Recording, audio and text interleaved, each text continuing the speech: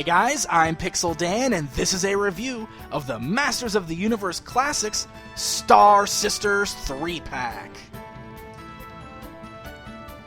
The Star Sisters are kind of one of those cult-following type of figures. To the casual fan, they may be fairly unknown. The Star Sisters appeared in the She-Ra animated series once, and Mattel actually planned to release the figures back in the 80s. However, the figures were never released, and all we got was this image of the prototypes and a promo poster. So much like Hero, many fans of the She-Ra line have hoped for years to eventually get these characters in plastic form. And Masters of the Universe Classics has finally made this a reality. The Star Sisters come packaged in a large window box, very similar to the one that Swiftwind came in. The three figures and Glory Bird are all displayed inside, but you can see that there is quite a lot of unused space in that box. This box might have actually been just a tad too big for just three basic figures.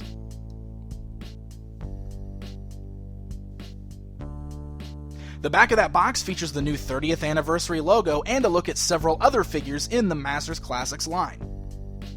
The bottom gives us a shot of the figures, as well as a new bio for the characters. Now, the colors chosen for the new Star Sisters action figures are based off the promo poster, as opposed to the original prototype action figures. So let's take a quick look at each of them individually. Tall Star features bright pink flowing hair. Her face sculpt is really beautiful, and honestly may be one of the better female faces in the entire line so far.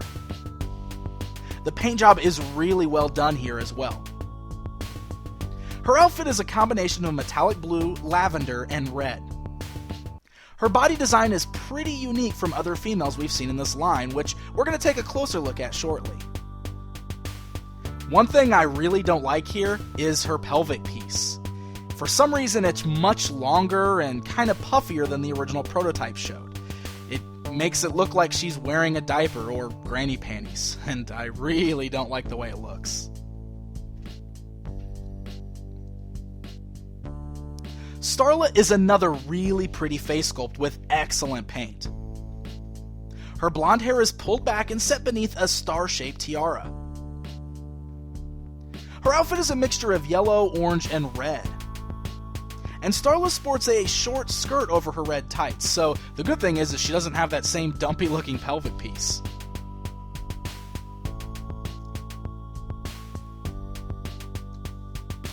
Now, Jewel Star is actually my least favorite of the three as far as the face sculpt goes. It's a good paint job, but she just doesn't come off as pretty as the other two figures. It might be that crystallized crown that she wears on her head.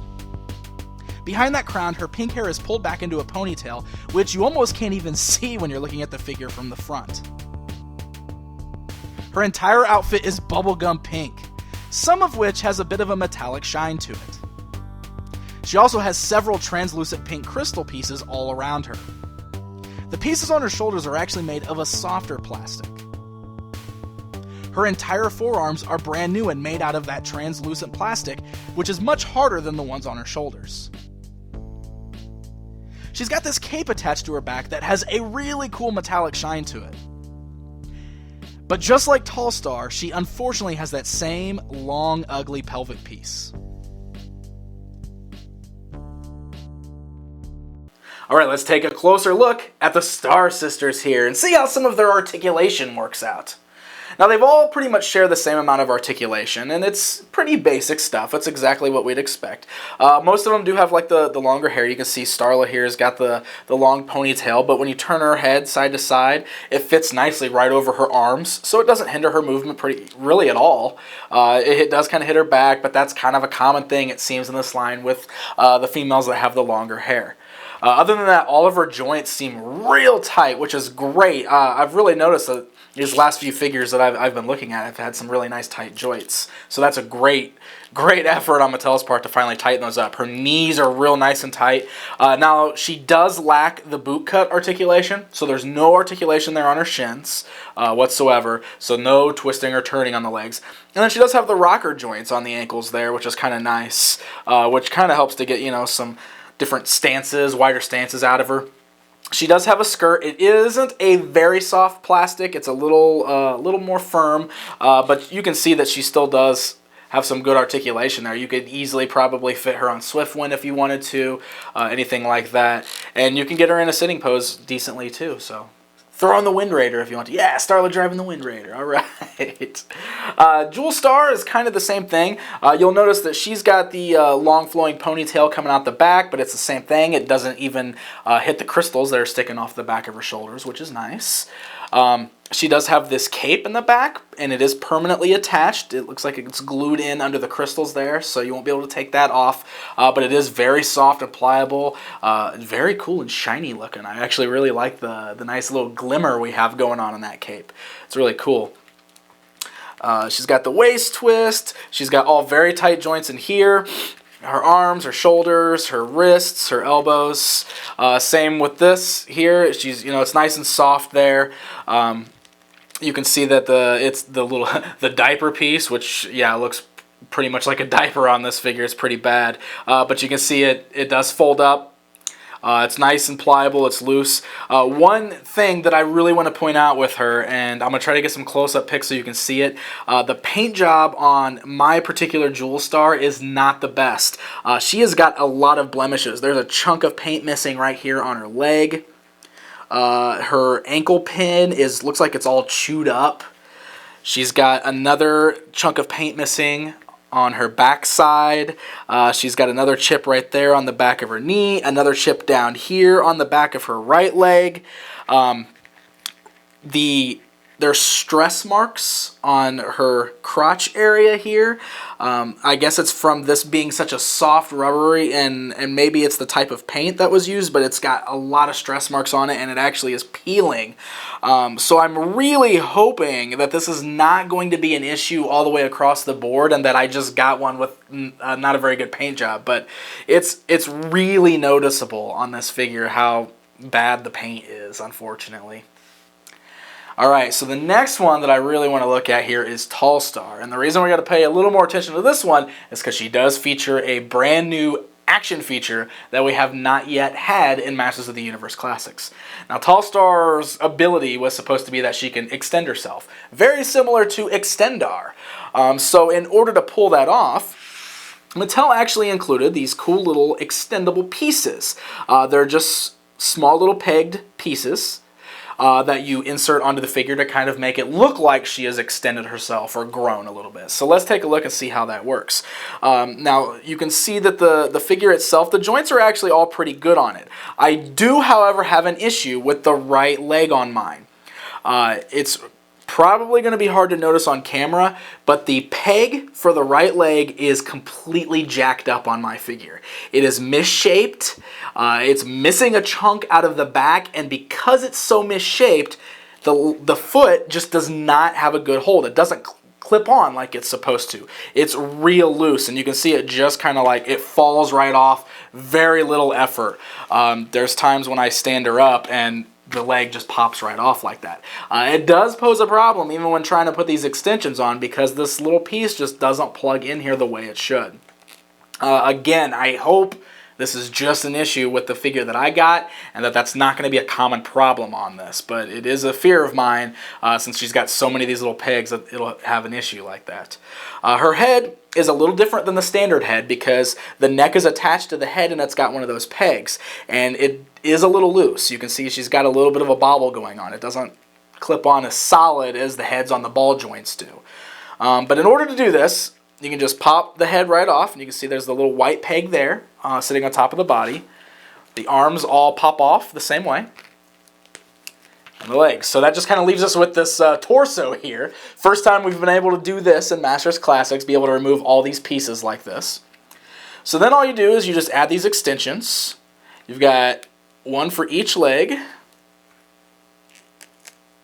after you pop them on, you can just pop the feet right onto the bottom of those extenders. And then we've got one for each of the arms.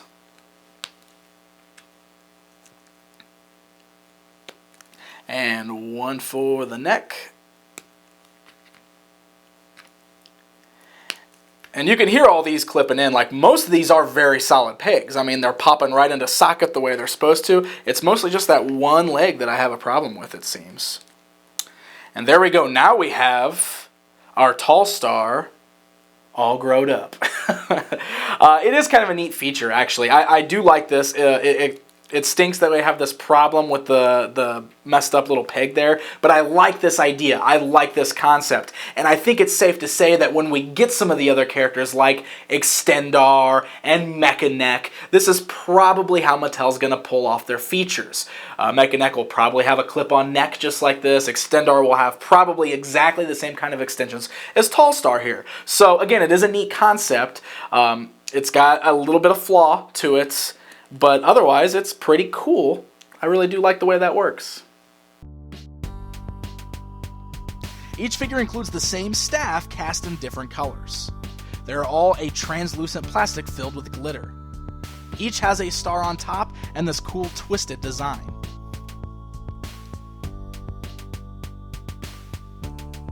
The set also includes Glorybird. Glorybird is the exact same sculpt as Zor and Screech. The piece with the hair can actually slip right off the bird's head in a similar fashion to the armor on Zor and Screech.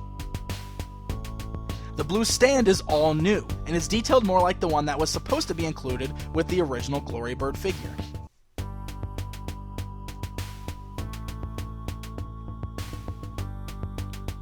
The Star Sisters have been receiving a pretty mixed reaction, mostly due to the fact that these are pretty obscure characters from the She-Ra toy line. But there is definitely a dedicated fan base that no doubt will be happy to finally add these girls to their collection. Plus, this gives us 3 Princess of Power figures in one shot. Sure, some fans may feel that the Great Rebellion needs more of the popular characters, such as Glimmer and Frosta. But adding to the ranks in any fashion is a good thing in my opinion. Now admittedly, I personally have never been extremely excited about getting these characters, but I am happy for those who really wanted them, because this line is all about giving us figures just like this. Not just the popular ones, but also the obscure ones. Aside from the quality control issues that my set appears to have, for the most part, I'm pretty happy with these.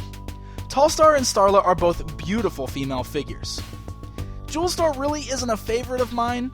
I'm just not real fond of her design, and she seems to lose something without her action feature that was supposed to allow her to change into a crystal. And something really does need to be done to fix those ugly pelvic pieces. I'm kinda tired of seeing granny panties in this line.